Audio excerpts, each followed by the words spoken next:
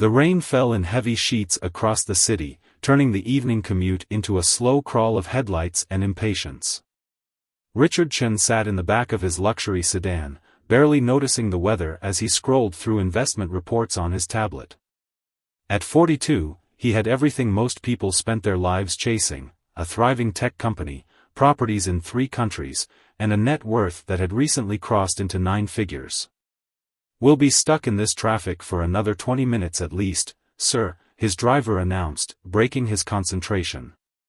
Richard glanced up from his screen.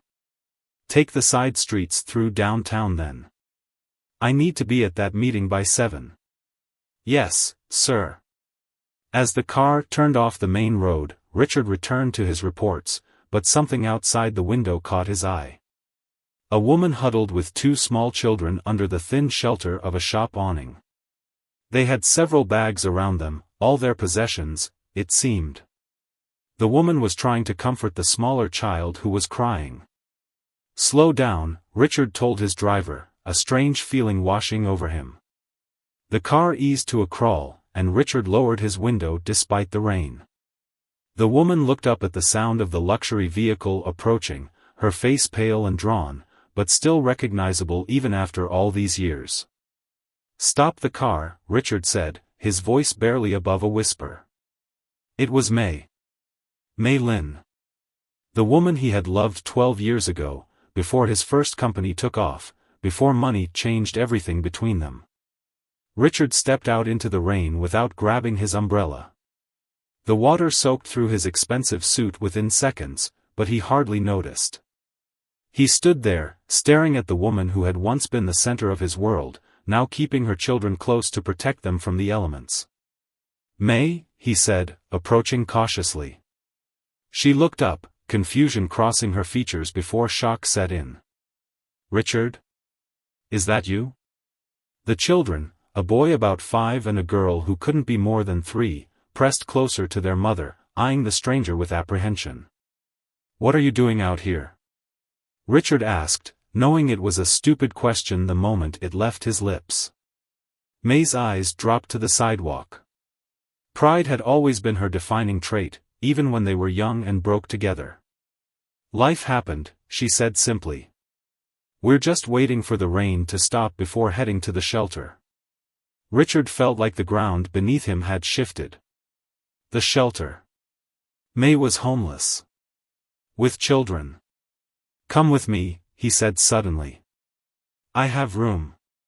Plenty of room." "I can't do that," May replied, shaking her head. "It's been years, Richard. We're nothing to each other anymore." "You're not nothing," Richard said firmly. "You were never nothing." He looked at the children, seeing hints of May in their features.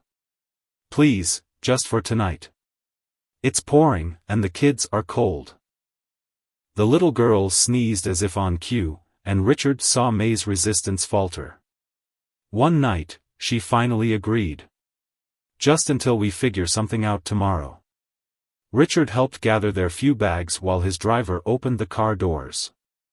The children's eyes widened at the leather interior and built-in screens. "Wow, Mom, is this guy rich?" the boy asked loudly, causing May to flush with embarrassment. "Hush, Lee," she whispered. Richard couldn't help but smile as he slid in beside them. "Yes, I am," he answered honestly. "But I wasn't always." As the car pulled away from the curb, Richard canceled his meeting with a quick text. Some things were more important than business. The questions in his mind could wait until they were somewhere warm and dry.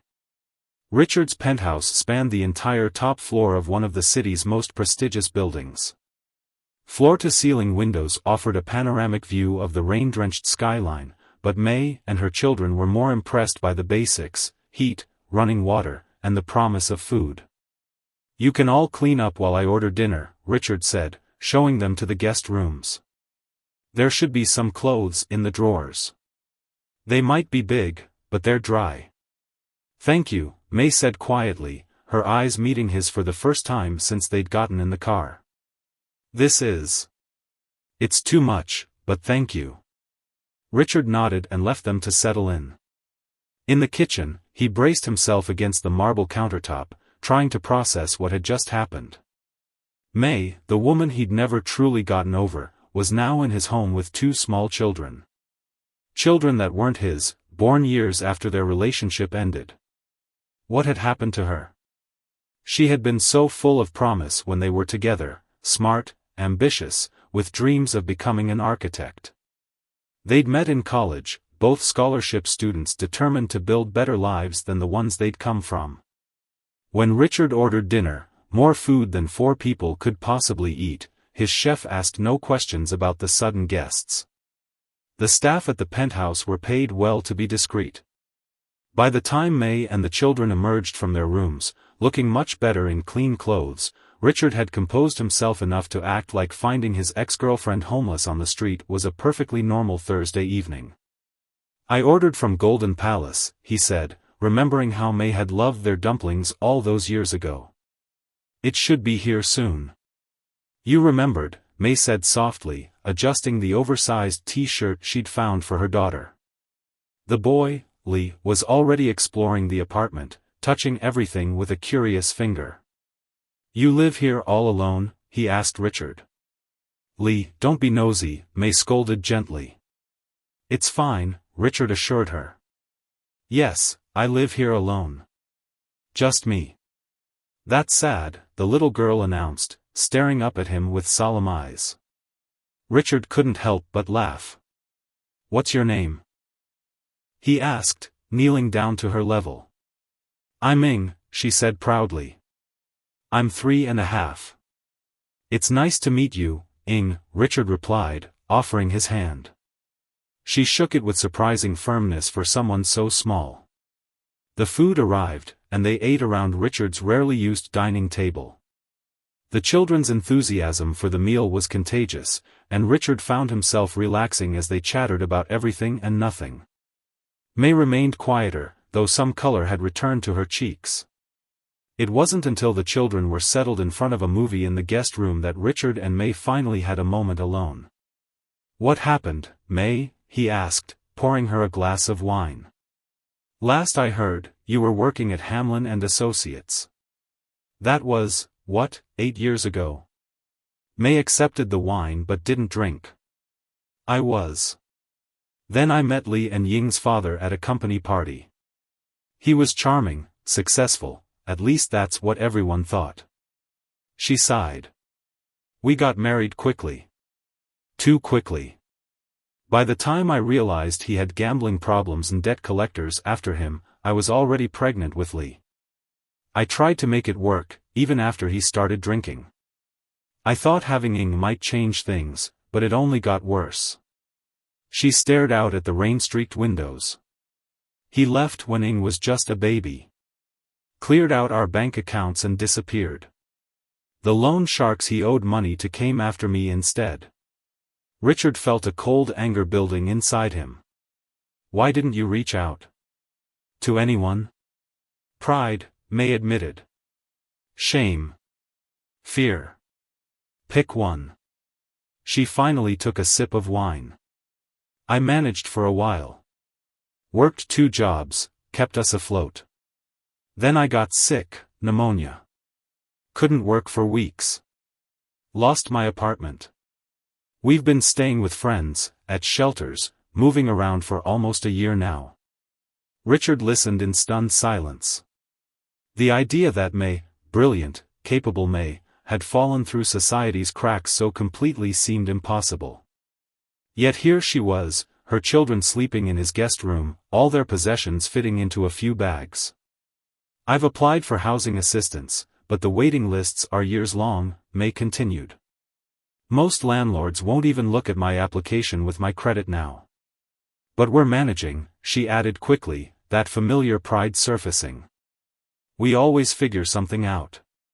"You don't have to anymore," Richard said before he could stop himself. "Stay here. Not just tonight. Until you're back on your feet." May shook her head immediately. "I can't accept that, Richard. We're not your responsibility." "It's not about responsibility," he insisted. It's about what's right. You helped me once, remember? When my first startup failed and I was ready to give up everything. A small smile touched May's lips. You were so dramatic back then. Acting like your life was over at 25. And you told me to stop feeling sorry for myself and start again, Richard reminded her. You believed in me when no one else did. That was different, May argued. We were together then. So? That doesn't mean I stopped caring what happens to you. Richard set down his glass. I have a 6-bedroom penthouse that I barely use because I'm always traveling for business. Let me help you, May. For old time's sake, if nothing else. May looked like she wanted to refuse again, but exhaustion was written in every line of her face.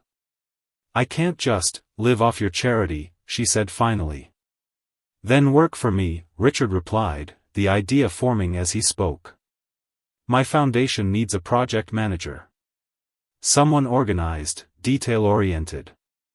The pay is good, with benefits. And there's a daycare in the building for employees' children. May's expression changed from skepticism to cautious interest. You're serious? Completely serious. You're qualified, and I need someone I can trust. You haven't seen me in over a decade. How do you know you can trust me? Richard smiled. Some things you just know. For the first time that evening, May truly smiled back, the expression transforming her tired face into something closer to the woman he remembered. You always were a terrible businessman, she teased. Offering jobs to people without even checking their references. And yet, somehow I'm a millionaire, Richard replied with a grin. Must be doing something right. They stayed up talking late into the night, careful to keep their voices low so as not to wake the children. May filled in more details of the past 12 years, her marriage, the early signs she'd ignored, her ex-husband's disappearance. Richard shared stories of his companies, his travels, his life that seemed full of everything except people who mattered. By the time they both headed to bed, something had shifted between them. Not romance, it was far too soon for that, but a connection that had never fully broken, just stretched thin by time and circumstances. As Richard lay in bed, listening to the rain against his windows, he thought about the strange turns life took. 12 years ago, he and May had broken up because his first successful company demanded too much of his time. She had wanted a partner, not someone who was married to his work. They'd parted with bitter words and broken hearts. Now here they were, in wildly different circumstances, brought together by a chance encounter on a rainy evening. Richard wasn't a spiritual man, but even he had to wonder if some larger force had been at work. He fell asleep thinking about the children's faces when they saw his penthouse, and how quiet the place had always seemed before tonight. It didn't seem quiet anymore. It seemed alive in a way it never had before. In the morning, Richard woke earlier than usual. He made coffee and stood at his windows, watching the city come to life below. He heard small footsteps behind him and turned to find Ing, her hair wild from sleep, staring up at him. "Good morning," he said softly. "Is this really your house?" she asked, rubbing her eyes. "It is." She nodded thoughtfully. "You must be really lucky." Richard looked at the little girl in borrowed clothes, who had spent who knows how many nights in shelters, and felt something in his chest tighten. "I am," he agreed. "But I think I just got luckier." He offered her his hand, which she took without hesitation. "Let's go see if we can find some breakfast, shall we?" As they walked to the kitchen together, Richard knew that his life had just changed in ways he couldn't yet imagine. Whatever happened next would certainly shock those who knew him as the driven, work-obsessed millionaire. But for the first time in years, he was looking forward to tomorrow with something more than just professional ambition. Sometimes, the most important turns in life come when you least expect them, on rainy evenings when you take a different route home. The next few days passed in a blur of adjustments and arrangements. Richard cleared his schedule as much as possible, working from home to help May and the children settle in. He watched with quiet amazement as they slowly began to relax, the constant tension in their shoulders easing bit by bit as they realized they were truly safe. May insisted on starting work immediately, despite Richard's suggestion that she take some time to rest first. "I've been resting too long," she told him firmly. "I need to be useful again." Richard introduced her to the team at his foundation, which focused on providing educational opportunities and housing support for low-income families. The irony wasn't lost on either of them that May could have benefited from such a foundation just days earlier. "The current project manager is leaving next week," Richard explained as he showed her around the modern office space in a building he owned downtown. "You'll shadow her until then, learn the systems, meet the key partners." May nodded, taking everything in with the quick intelligence he remembered so well. She'd traded her borrowed clothes for some professional attire Richard had arranged to be delivered to the penthouse, another gesture she'd initially resisted before practicality won out. "This is a lot to take in," she admitted during a quiet moment alone in his office. "Too much?" Richard asked, concerned. She shook her head. "Not too much. Just unexpected. A week ago, I was trying to figure out how to stretch $20 for 3 days of meals. Now I'm standing in an office with my name already on the door. If it makes you feel any better, you're probably overqualified for this position," Richard said with a smile. "You always were smarter than me." "Clearly not smart enough to avoid marrying a gambling addict," May replied with a hint of bitterness. Richard's expression grew serious. "We all make mistakes, May. The difference is some of us have safety nets when we fall, and some don't." She met his eyes for a long moment. "Thank you for being my safety net. Even if I didn't deserve it." "You deserve everything good that comes your way," Richard said quietly. "Never doubt that." The moment was interrupted when Richard's assistant knocked on the door to remind him about a video conference. As he prepared for his meeting, he watched May walk away with the outgoing project manager, her head held high, already asking insightful questions about the foundation's work. Pride swelled in his chest, not for himself or his role in helping her, but for May's remarkable resilience. 12 years apart, and she still inspired him. While May threw herself into learning her new job, the children faced their own transition. Richard arranged for them to start at the building's daycare center, a top-rated facility normally with a long waiting list. Lee was initially suspicious of everything, watching Richard with wary eyes whenever he entered a room. The boy had clearly appointed himself his mother's and sister's protector, a role no 5-year-old should have to bear. "Why are you helping us?" Lee asked bluntly one evening when he found Richard alone in the kitchen. Richard considered the question carefully. "Because I can," he answered honestly. "And because your mom once helped me when I needed it." "Were you poor too?" Lee asked, his eyes wide with disbelief as he looked around the luxurious penthouse. "I was," Richard confirmed. "Not as a child, but as a young man. Your mom and I were in college together, and there were times when I couldn't afford food. She always shared what she had." "Mom says we have to be careful with strangers," Lee continued, still not entirely convinced. "That's very smart advice," Richard agreed. "Your mom is right to be cautious. But sometimes, Lee, people from your past aren't really strangers. They're just friends you haven't seen in a while." Lee thought about this, his small face serious. "Did you love my mom?" he asked suddenly. The question caught Richard off guard. "Yes," he admitted after a moment. "A long time ago." "Do you still love her?" Richard smiled at the child's directness. "That's a complicated question." "Why?" "You either do or you don't," Lee insisted with a child's black and white logic. "When you get older, you'll learn that love isn't always that simple," Richard said gently. "But I care about your mom very much. And I want her to be happy and safe. You too, and your sister."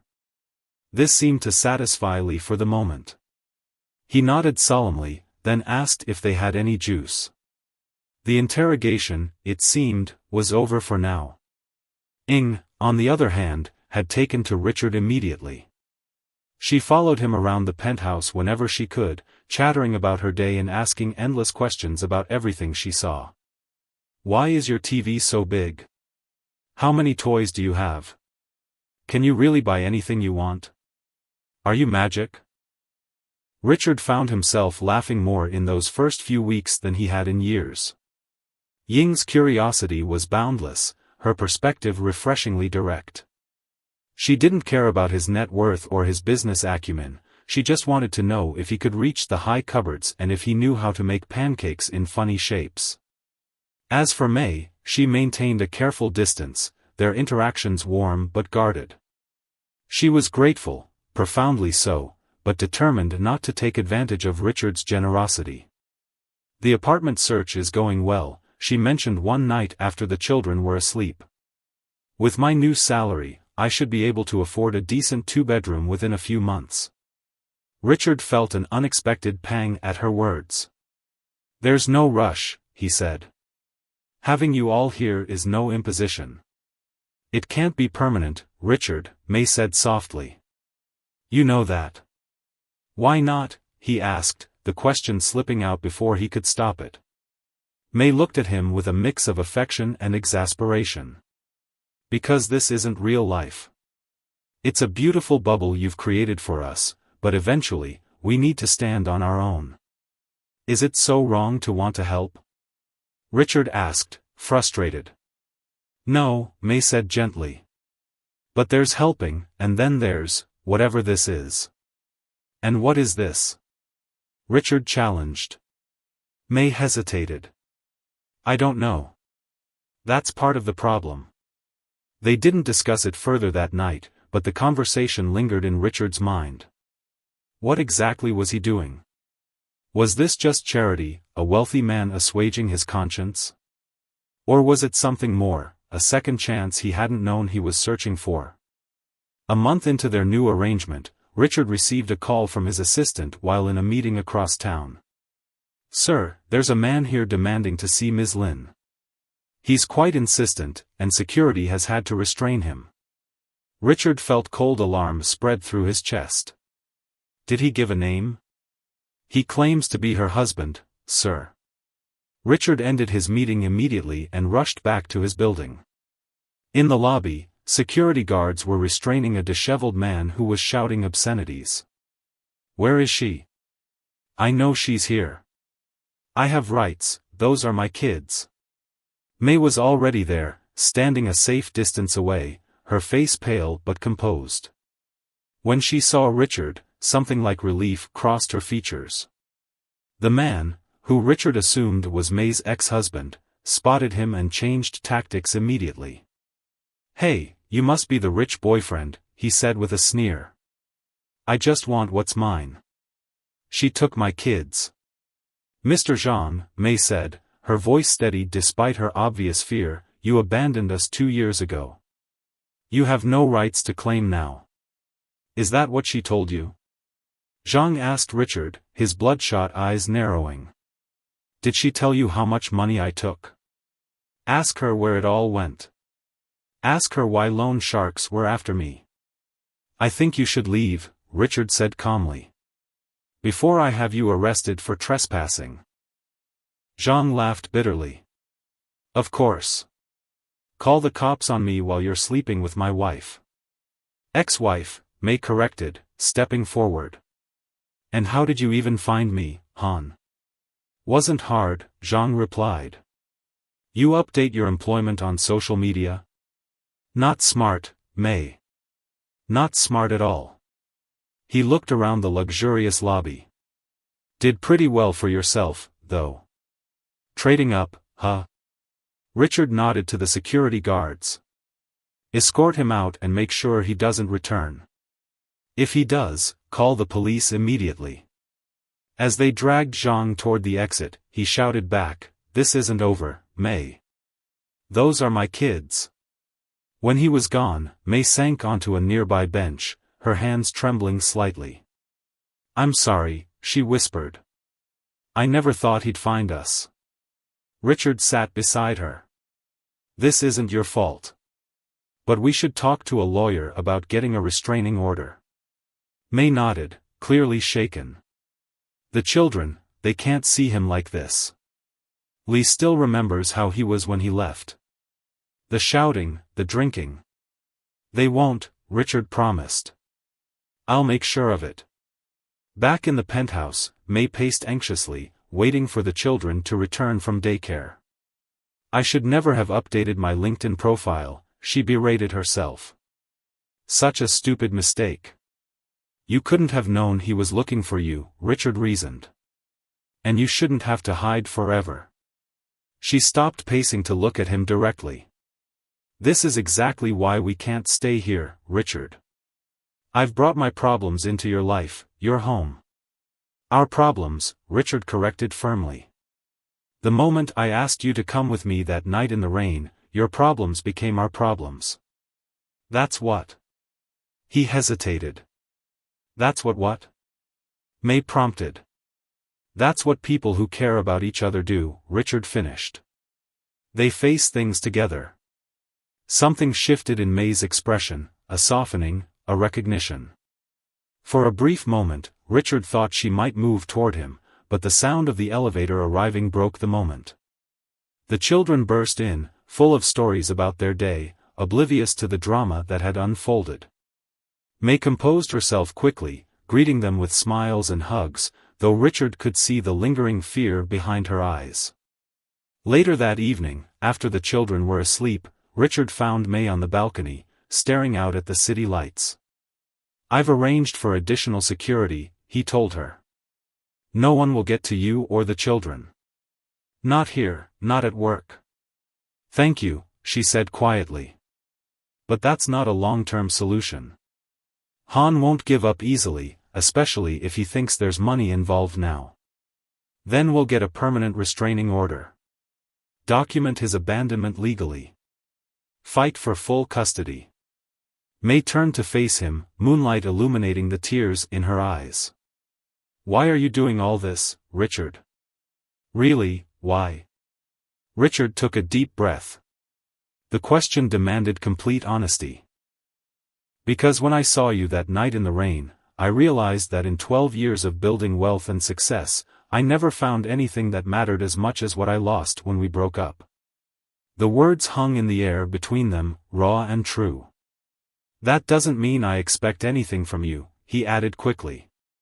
But I want you to know that this isn't charity or guilt or anything else. It's me finding purpose again. May didn't respond immediately, but she didn't turn away either. After a long moment, she stepped forward and rested her head against his chest. Richard carefully wrapped his arms around her, feeling her tears soak through his shirt. Neither spoke again that night. Some truths didn't need more words, they just needed time. The weeks that followed Han Zhang's appearance were tense. Richard hired the best family lawyer in the city, a formidable woman named Mrs. Wu who had built her reputation on protecting vulnerable families. Based on what you've told me, Mrs. Wu said during their first meeting, we have a strong case for full custody. Abandonment, failure to provide child support, potential substance abuse issues. But we need documentation. May twisted her hands in her lap. I have some old text messages. Bank statements showing when he cleared our accounts. Police reports from when he. She trailed off, glancing at Richard. When he what? Mrs. Wu pressed gently. When he got physical, May admitted quietly.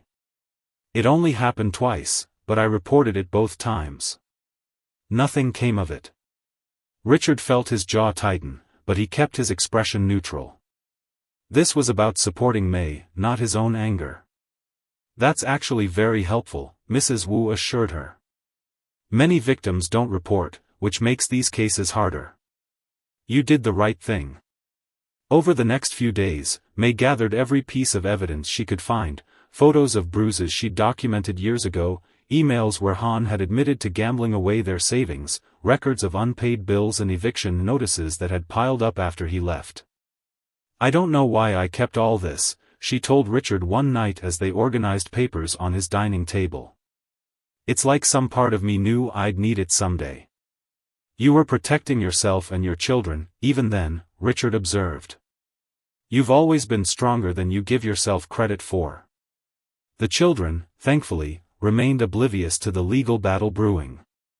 Richard hired additional security for the building and arranged for trusted staff to accompany the children to and from daycare. If they noticed these extra precautions, they didn't comment on them. Lee was slowly warming to Richard, especially after Richard set up a small area in his home office where the boy could draw while Richard worked. They developed a comfortable silence together, occasionally broken when Lee would show Richard a completed masterpiece or ask a thoughtful question. One afternoon, as Richard reviewed contracts, Lee looked up from his drawing. "Are you going to be our new dad?" he asked without preamble. Richard set down his tablet, giving the question his full attention. "That's not something I can decide," he said carefully. "That would be up to your mom, and to you and your sister. And it would take time." Lee nodded, considering this. "Our old dad wasn't very good at it," he said matter-of-factly. "He yelled a lot. And he made Mom cry." Richard's heart ached at the simple assessment. "I'm sorry that happened." "You don't yell," Lee observed. "And Mom smiles more now." "I'm glad to hear that." Lee returned to his drawing, apparently satisfied with the exchange. Richard tried to focus on his work again, but the boy's words lingered in his mind. "Mom smiles more now."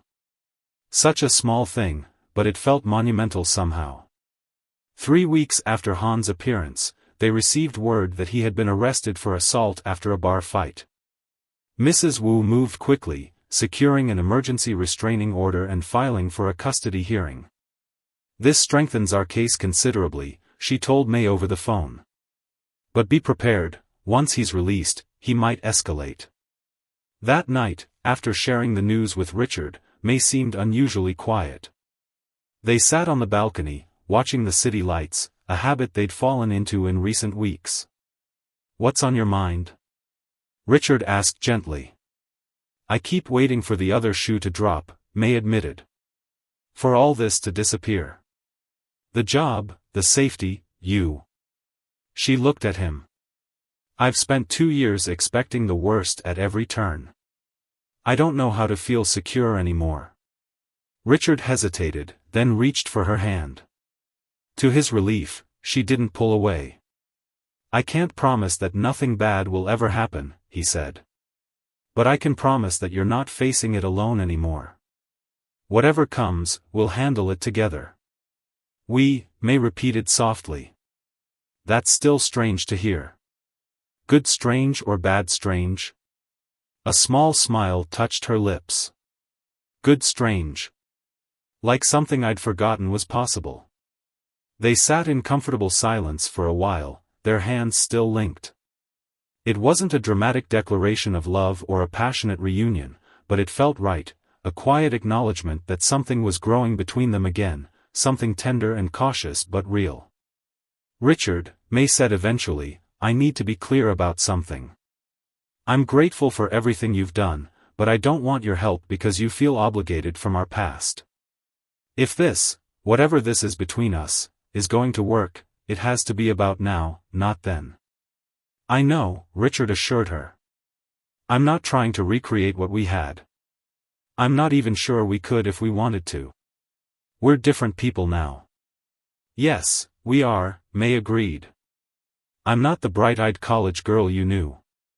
I've been broken and put back together in ways I never imagined.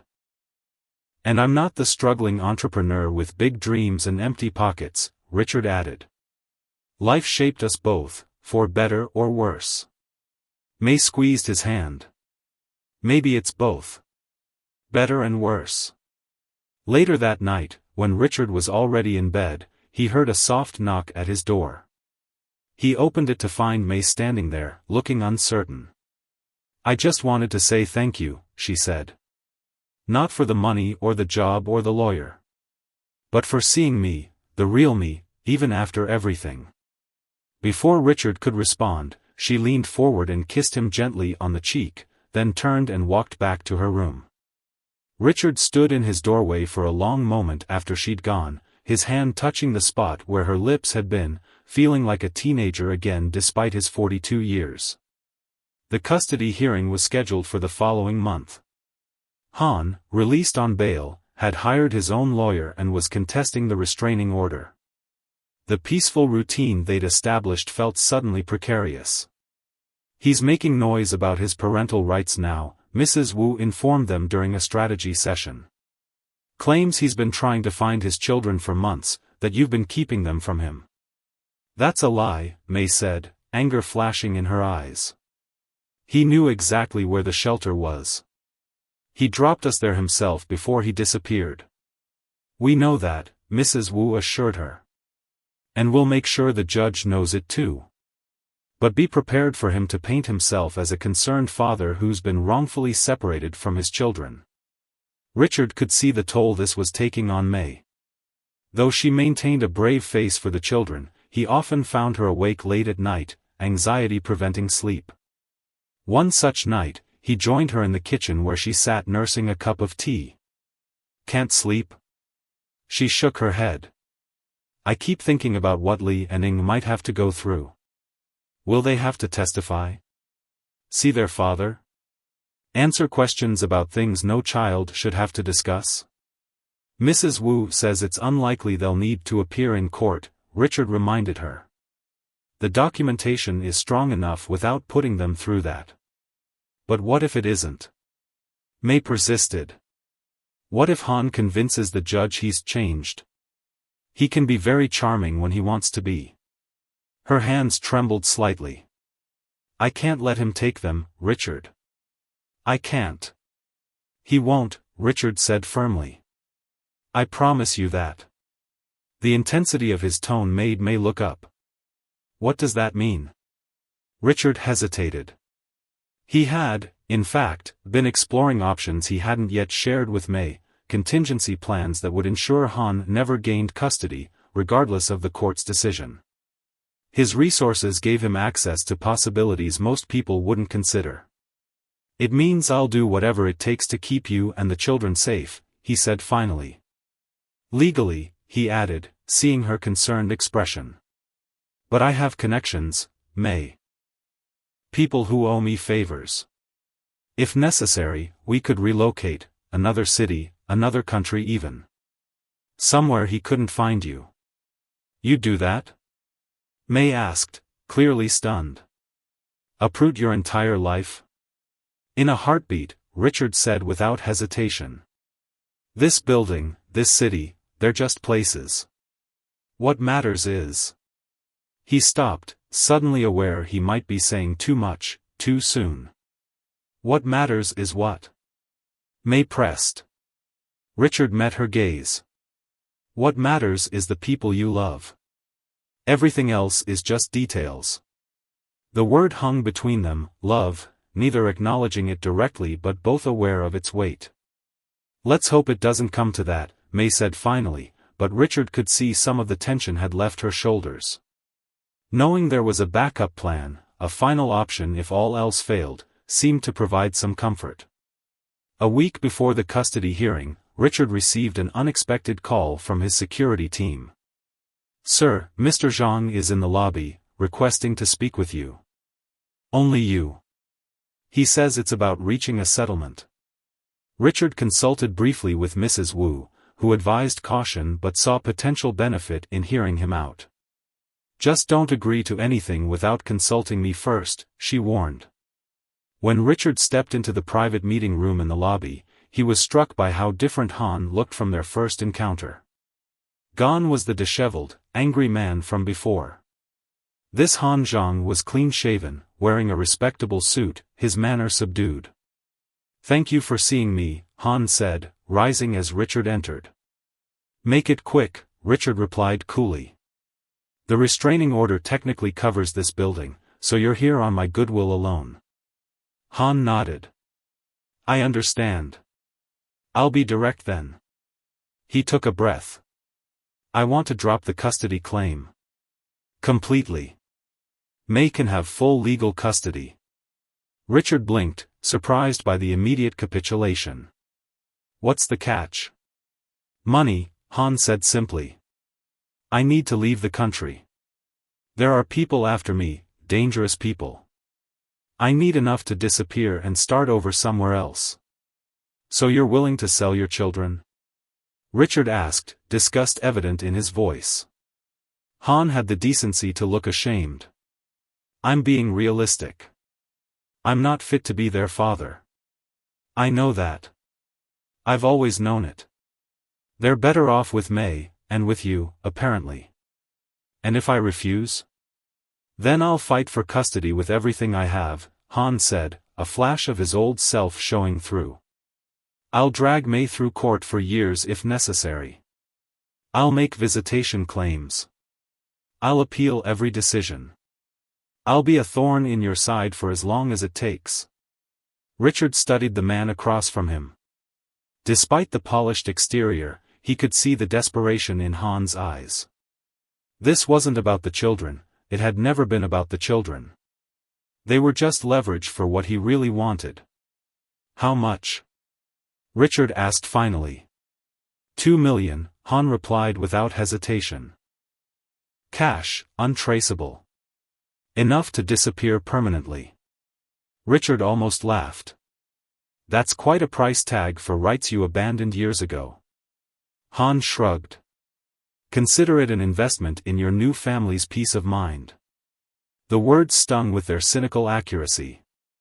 Richard knew he could afford the amount easily, it was less than what he spent on his last vacation property. But the principle of it, paying off this man who had hurt May and abandoned his children, felt deeply wrong. I'll need to think about it, Richard said, standing to end the meeting. Don't think too long, Han warned. My offer expires in 48 hours. After that, I'll see you in court.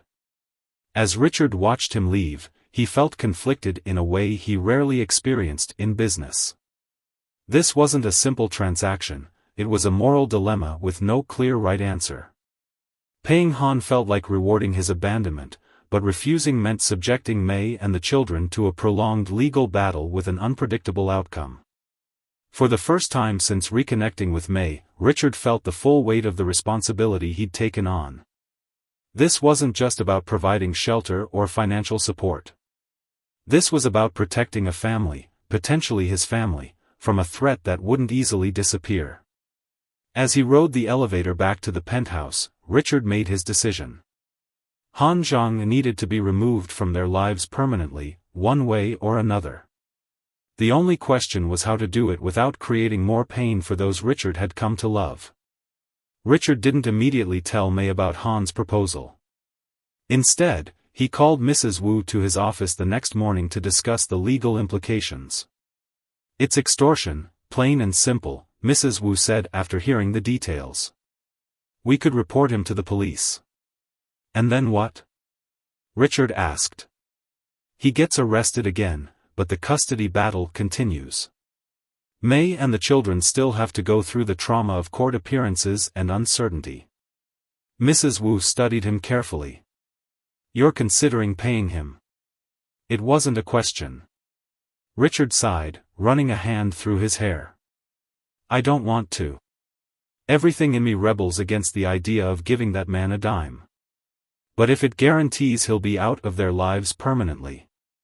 There's no guarantee, Mrs. Wu reminded him. He could take your money and still cause problems later. Men like Han Zhang don't suddenly develop principles. What if we had an ironclad legal agreement? Something that would protect May and the children even if he tried to renege? Mrs. Wu considered this. It's possible. We could draft a comprehensive agreement, voluntary termination of parental rights, confidentiality clauses, penalties for violation. Make the money contingent on his full compliance. Richard nodded. Draft it. Make it as airtight as possible. Even with the best agreement, there's still risk, she warned. And May would need to know. This affects her and her children's lives. She has the right to decide if this is how she wants to resolve things. Richard knew she was right. This wasn't a business decision he could make unilaterally. "I'll talk to her tonight," he promised. Richard waited until the children were asleep before bringing up the subject. He and May sat in the living room, the city lights twinkling beyond the windows. "Han approached me yesterday," he began, watching her face carefully. "He made an offer." May tensed immediately. "What kind of offer?" Richard explained Han's proposal, $2 million in exchange for dropping all custody claims and disappearing from their lives permanently. "He's selling his children," May said, her voice hollow with disbelief. "That was my reaction too," Richard agreed. "But Mrs. Wu thinks we can use this to our advantage. If he's willing to sign away his parental rights voluntarily, it could spare you and the children a difficult court battle." "So you want to pay him?" May asked, her expression unreadable. "I don't want to," Richard clarified. "But I would, if you thought it was the right thing to do." "This has to be your decision, May. You know Han better than anyone. Would he honor such an agreement, or would he keep coming back for more?" May was quiet for a long moment, her fingers absently tracing patterns on the sofa cushion. "Han has always been about the easy money," she said finally. "That's what drew him to gambling in the first place, the dream of the big win without the work. If the amount is large enough, he'd take it and run." "But?" Richard prompted, sensing her hesitation. "But I don't know if I can live with myself, knowing we essentially bought my children's freedom." She looked up at him, conflict visible in her eyes. "What do I tell them when they're older? That their father sold them? That we paid him to stay away?" Richard hadn't considered this angle. "We wouldn't have to tell them that way. We could simply say he recognized that they were better off with you, and he stepped aside." "That's still a pretty version of an ugly truth," May pointed out. "And lies have a way of surfacing eventually." They discussed the options late into the night, weighing the moral implications against the practical benefits. Neither solution felt perfect. Paying Han seemed wrong on principle, but fighting him in court would be emotionally draining and potentially traumatic for the children. "What would you do if you were me?" May asked eventually, her voice tired. Richard thought carefully before answering. "Honestly? I'd probably pay him. Not because he deserves it, but because it buys certainty. Court cases can drag on for years, appeals can be filed, and there's always the small chance a judge might grant him some form of visitation. If paying him guarantees he's out of your lives for good." He shrugged. "I'd consider it an investment in peace of mind." May nodded slowly. "I think I agree. As much as I hate it, if it protects Lee and Ing from having to see him or talk about him or wonder when he might appear again." She took a deep breath. "Let's do it. But I want conditions." "Name them," Richard said. "First, it has to be binding and permanent. I want it in writing that he can never contact us again, not me, not the children. Second, I want some documentation of this agreement kept in a safe place, so when the children are adults, if they ever ask, I can show them the truth. And third." She hesitated. "Third?" Richard prompted. "I want to be the one to tell him. Face to face. I want him to hear from me that he no longer has any claim to my children. I want to see his face when he realizes what he's giving up." Richard was surprised by her request but nodded in agreement. "If you're sure that's what you want." "I need to do this," May said firmly. "For my own closure." Mrs. Wu worked through the night to draft the agreement. By morning, she had a comprehensive document that covered every contingency they could think of: voluntary termination of parental rights, strict non-contact provisions, confidentiality clauses, and severe financial penalties for any violations. "This is as strong as I can make it," she told them in her office. "If he signs this, he's effectively removing himself legally from your lives." The meeting with Han was arranged for that afternoon in Mrs. Wu's office, neutral territory with witnesses present. Richard arranged for the money to be available, but it would only be transferred after the documents were signed and verified. May was quiet on the ride to the lawyer's office, her hands clasped tightly in her lap. Richard reached over and covered them with his own. "You don't have to do this," he reminded her. "I can handle it." She shook her head. "I need to. For me. For closure." Han was already waiting when they arrived, lounging in a chair with affected casualness that didn't quite hide his eagerness.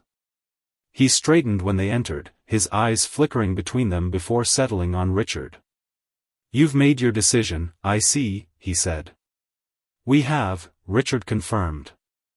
"Mrs. Wu has prepared the agreement." Han's lawyer, a nervous-looking man with a worn briefcase, accepted the documents and began reviewing them. Han seemed impatient with the process, drumming his fingers on the table.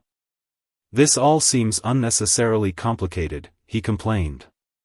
"I'm offering a simple transaction." "There's nothing simple about severing ties with your children," May said, speaking for the first time since they'd entered. Her voice was steady, stronger than Richard had expected. Han had the decency to look uncomfortable.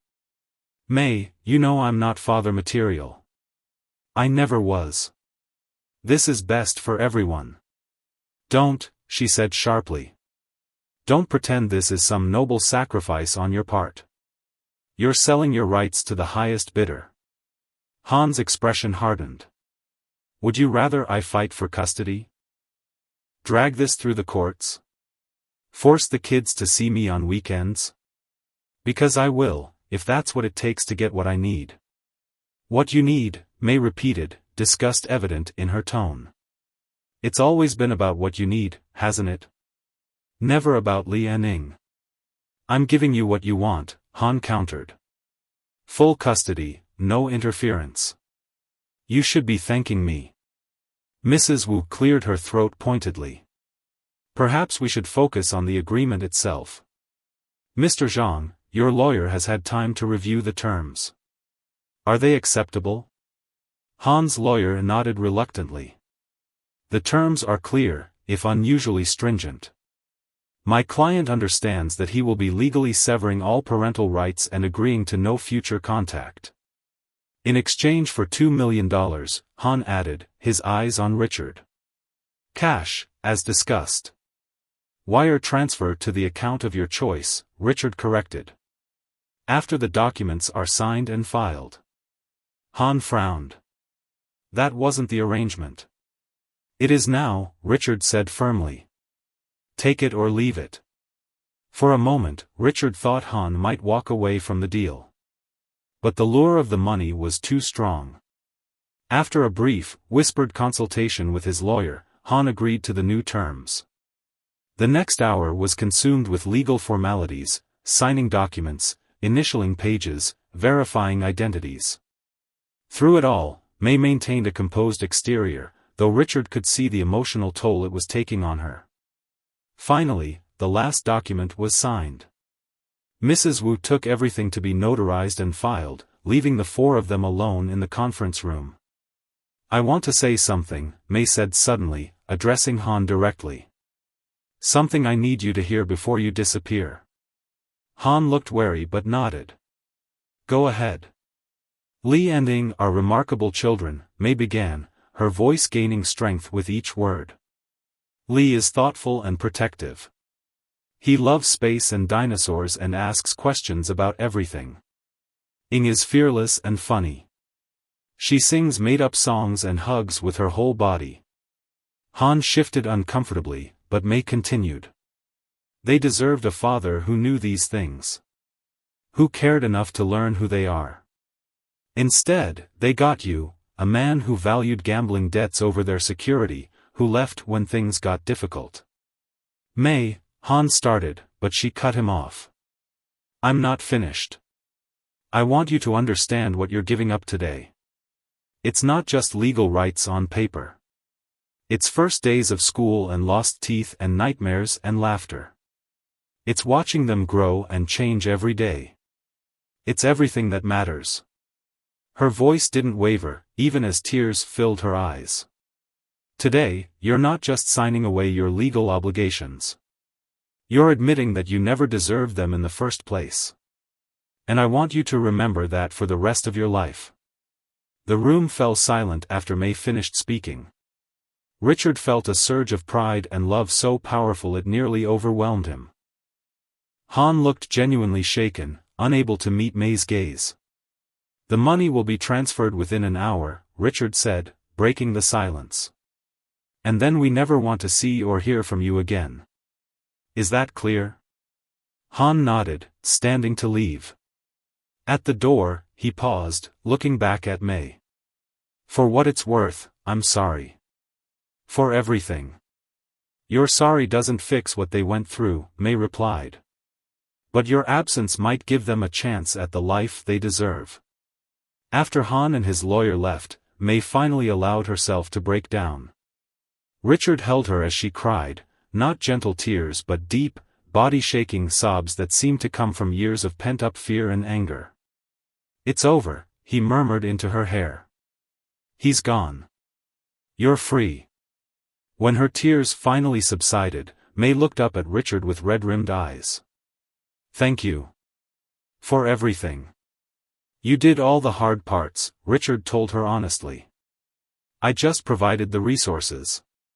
"No," May said, shaking her head. "You provided something much more valuable. You gave us a chance to start over. A chance I never thought we'd have." As they left the lawyer's office together, Richard felt like they were crossing an invisible threshold. Han Zhang was now legally removed from their lives. The past, with all its pain and uncertainty, was behind them. What lay ahead was unwritten, full of possibility. For the first time since finding May and her children that rainy night, Richard allowed himself to imagine a future where they were truly a family, not out of obligation or circumstance, but by choice. The thought filled him with a quiet joy he hadn't experienced in years. In the weeks following Han's permanent departure from their lives, a new sense of peace settled over the penthouse. The constant undercurrent of anxiety that had followed May everywhere gradually dissipated. Richard noticed subtle changes in her. She laughed more easily, slept more soundly, and the watchful vigilance that had become second nature to her slowly relaxed.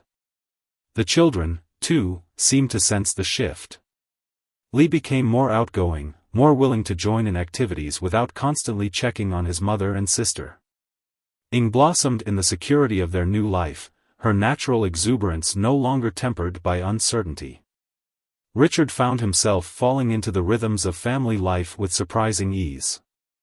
Morning routines of breakfast and school preparations, evening rituals of homework and bedtime stories, these simple activities filled his days with a purpose that billion-dollar business deals had never provided. One evening, as Richard helped Lee with a school project about space, May watched them from the doorway, a soft smile playing on her lips. "You're good at that," she commented when Lee finally went to bed, exhausted but proud of the solar system model they'd constructed. "At what?" Richard asked, cleaning up the scattered craft supplies. "Being there. Being present." May joined him, gathering stray pieces of colored paper. "You don't check your phone every 5 minutes or act like you've got somewhere more important to be." Richard considered this. Maybe because there isn't anywhere more important to be. Their eyes met, and something unspoken passed between them. They had been circling each other carefully since that day in the lawyer's office, both aware of the growing feelings but hesitant to rush what was still fragile and new. "Richard," May said, setting down the papers she'd collected. "There's something I've been wanting to talk to you about." He recognized the seriousness in her tone and gave her his full attention. "What is it?" "The apartment search," she began. "I've been looking, but I haven't been looking very hard." Richard felt his heart rate increase slightly. "Oh.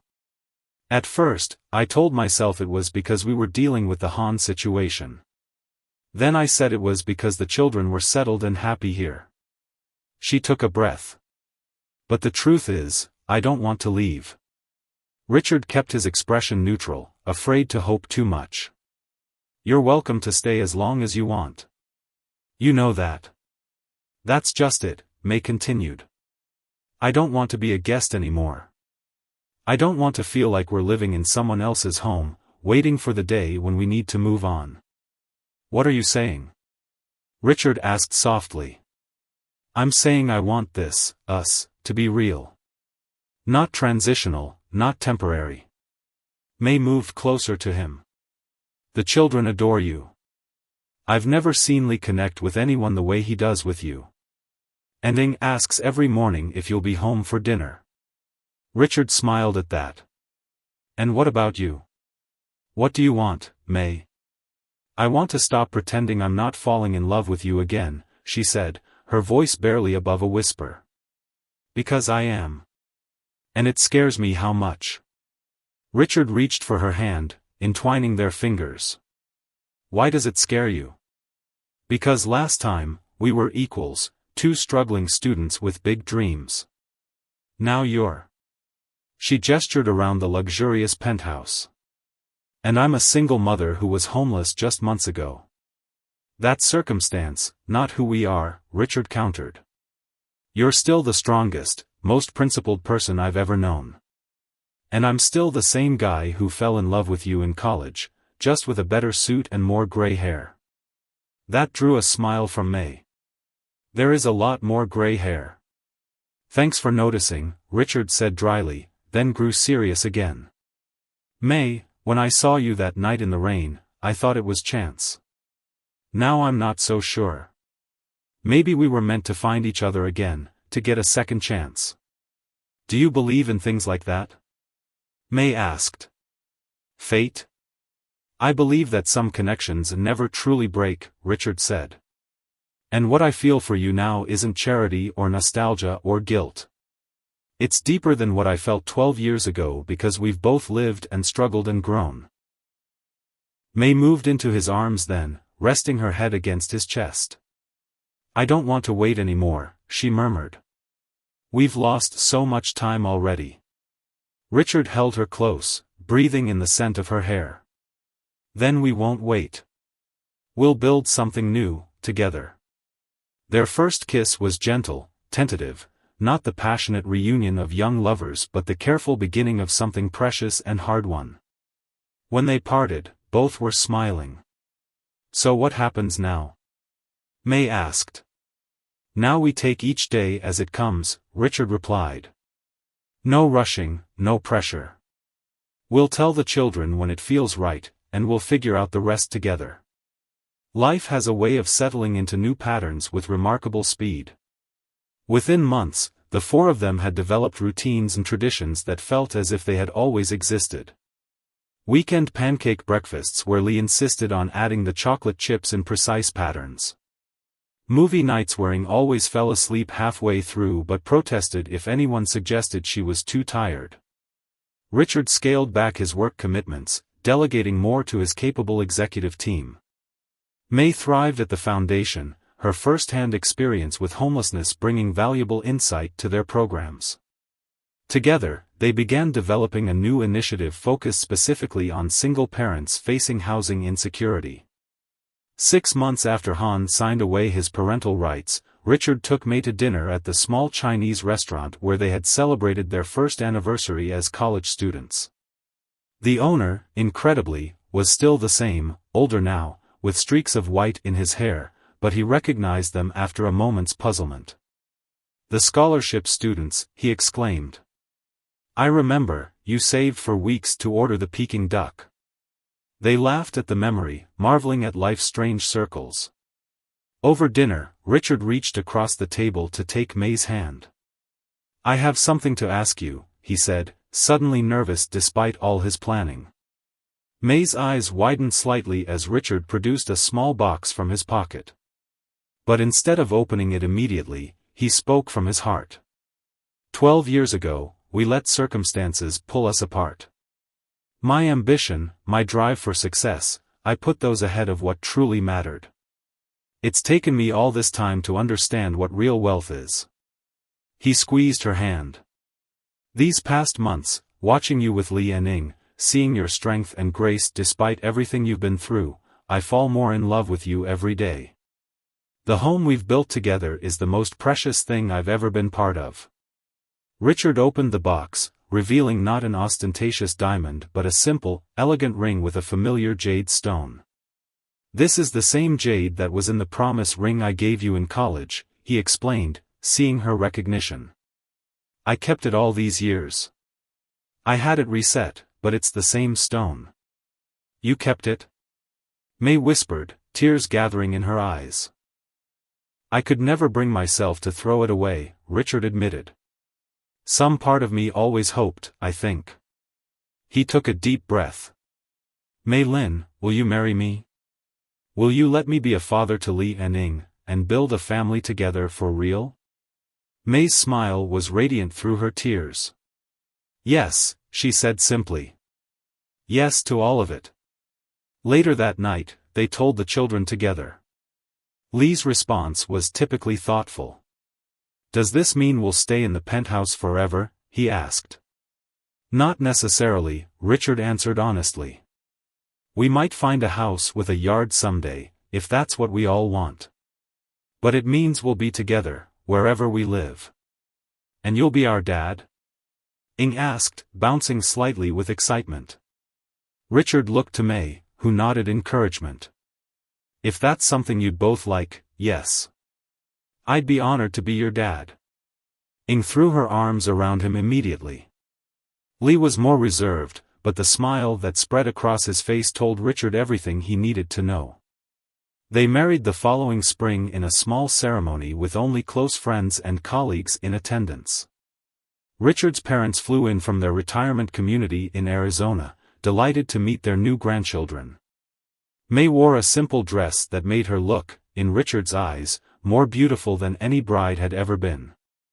Lee served as ring bearer, taking his responsibility with characteristic seriousness.